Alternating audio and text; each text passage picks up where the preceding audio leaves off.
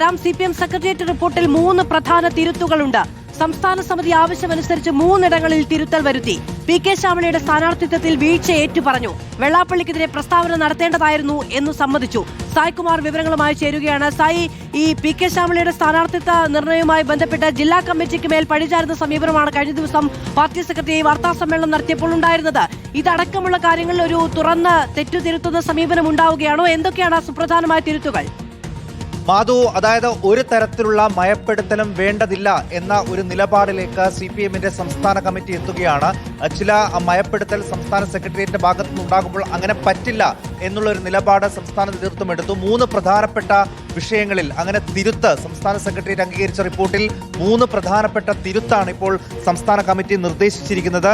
അതിലൊന്ന് PK ശ്യാമളയുടെ സ്ഥാനാർത്ഥിത്വത്തിൽ വീഴ്ച, അത് ഏറ്റുപറഞ്ഞിരിക്കുന്നു. മറ്റൊന്ന് വെള്ളാപ്പള്ളി നടേശനെതിരെ പ്രസ്താവന നടത്തേണ്ടതായിരുന്നു എന്ന് സമ്മതിക്കുകയാണ് നേതൃത്വം. അതോടൊപ്പമാണ് നേരത്തെ നമ്മൾ പറഞ്ഞ പത്മകുമാറിനെതിരെ നടപടിയെടുക്കാൻ തീരുമാനിച്ചു. അതിന് ജില്ലാ കമ്മിറ്റിയെ ചുമതലപ്പെടുത്തുകയും ചെയ്തു. അങ്ങനെ ഈ 3 പ്രധാനപ്പെട്ട വിഷയങ്ങളിൽ ഒരു മയപ്പെടുത്തൽ സംസ്ഥാന സെക്രട്ടേറിയറ്റിന്റെ റിപ്പോർട്ട് ഉണ്ടാകുമ്പോൾ അങ്ങനെ പറ്റില്ല, അത് കൃത്യമായിട്ടുള്ള വീഴ്ചയാണ്, അത് റിപ്പോർട്ടിൽ ചേർക്കണം എന്ന ഒരു കടുത്ത നിലപാട് സംസ്ഥാന കമ്മിറ്റിയിലെ അംഗങ്ങൾ എടുക്കുകയും അങ്ങനെ ആ 3 പ്രധാനപ്പെട്ട തിരുത്തൽ ഇത്തവണ തോൽവിക്ക് കാരണമായ ഘടകങ്ങളിൽ ഏറ്റവും പ്രധാനപ്പെട്ടതെന്ന് അംഗങ്ങൾ പറയുന്ന 3 കാര്യങ്ങളും തിരുത്തലായി തന്നെ റിപ്പോർട്ടിൽ ഇടം പിടിക്കുകയാണ്. അതോടൊപ്പം തളിപ്പറമ്പ് സ്ഥാനാർത്ഥിത്വവുമായി ബന്ധപ്പെട്ടും സംസ്ഥാന സമിതിയിൽ കടുത്ത വിമർശനം ഉയർന്നു എന്ന ഒരു വിവരമാണ് വരുന്നത്. മണ്ഡലം കമ്മിറ്റിയിലെ 73 പേരിൽ 70 PK ശ്യാമളയ്ക്കെതിരായിരുന്നു. അങ്ങനെയുള്ള ഒരാളെയാണ് അവിടെ സ്ഥാനാർത്ഥിയായി നിർത്തിയത്. ഭൂരിപക്ഷം ഉള്ള ആളുകളും ആ സ്ഥാനാർത്ഥിത്വത്തെ എതിർത്തിട്ടും അതേ ആൾ തന്നെ അവിടെ സ്ഥാനാർത്ഥിയായി വന്നത് തിരിച്ചടി ഉണ്ടാക്കി.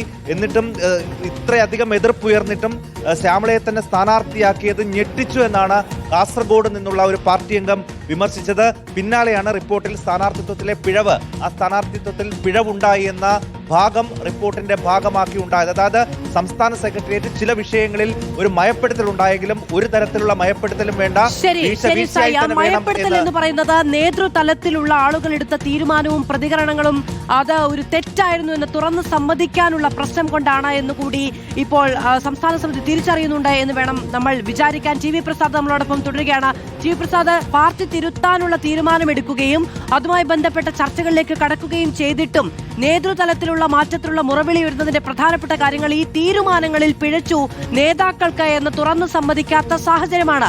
സംസ്ഥാന സമിതിയിൽ അത്തരത്തിലുള്ള തിരുത്തുകൾ വരുന്നത് ഒരുപക്ഷെ ഈ വിമർശനങ്ങൾ അവസാനിക്കുമെന്ന പ്രതീക്ഷ കൊണ്ടുകൂടിയാണോ?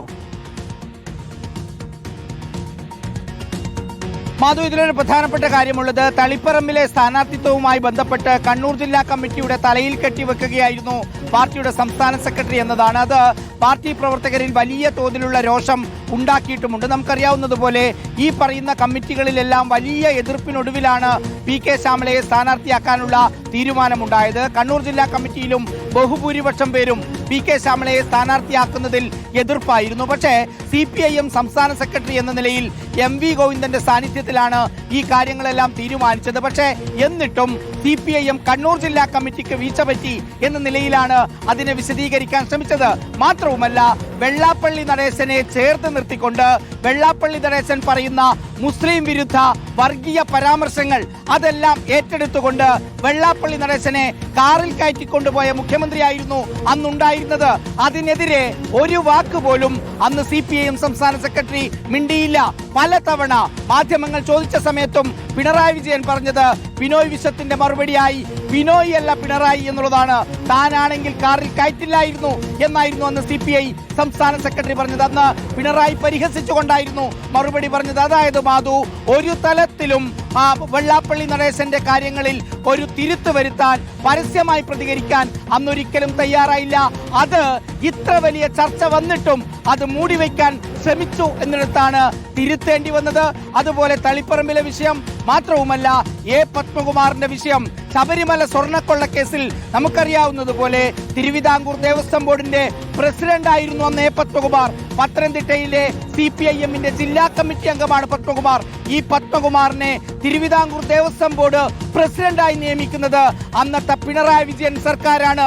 പക്ഷേ പത്മകുമാറിന് അന്നത്തെ സ്വർണ്ണക്കടത്തിൽ വലിയ ബന്ധമുണ്ട്, സ്വർണ്ണക്കൊള്ളയിൽ ബന്ധമുണ്ട് എന്ന് പ്രത്യേക അന്വേഷണ സംഘം കണ്ടെത്തിയിട്ട് കൂടി നടപടിയെടുക്കാൻ തയ്യാറായിരുന്നില്ല എന്നുള്ളതാണ് നടപടിയെക്കുറിച്ച് ചോദിച്ചപ്പോൾ എം.വി. ഗോവിന്ദൻ പലതവണ പറഞ്ഞത് കുറ്റപത്രം വരട്ടെ എന്ന സാവകാശം കൊടുക്കാൻ പാർട്ടി തയ്യാറാവുകയായിരുന്നു. ഇന്നിപ്പോൾ നേതൃയോഗവുമായി ബന്ധപ്പെട്ട തീരുമാനമുണ്ടായിരിക്കുന്നു. എ പത്മകുമാറിനെതിരെ നടപടിയെടുക്കണമെന്ന്. പക്ഷേ ഈ കാര്യങ്ങളിലേക്കുള്ള ചൂണ്ടിക്കാണിക്കലുകൾ തെരഞ്ഞെടുപ്പിന് മുൻപുണ്ടായിരുന്ന സമയത്ത് അതിനെ അവഗണിക്കാനും പുച്ഛിക്കാനും പരിഹസിക്കാനും തള്ളിക്കളയാനും തയ്യാറായതിന് വലിയ തോതിൽ തിരിച്ചടിക്ക് കാരണമായിട്ടുണ്ട് എന്ന വിലയിരുത്തലുകളും അതിന്റെ പേരിലുള്ള വിമർശനങ്ങളും കൂടി ഈ കീഴ്ഘടകങ്ങളിൽ നിന്ന് ഉണ്ടാവുകയാണ്.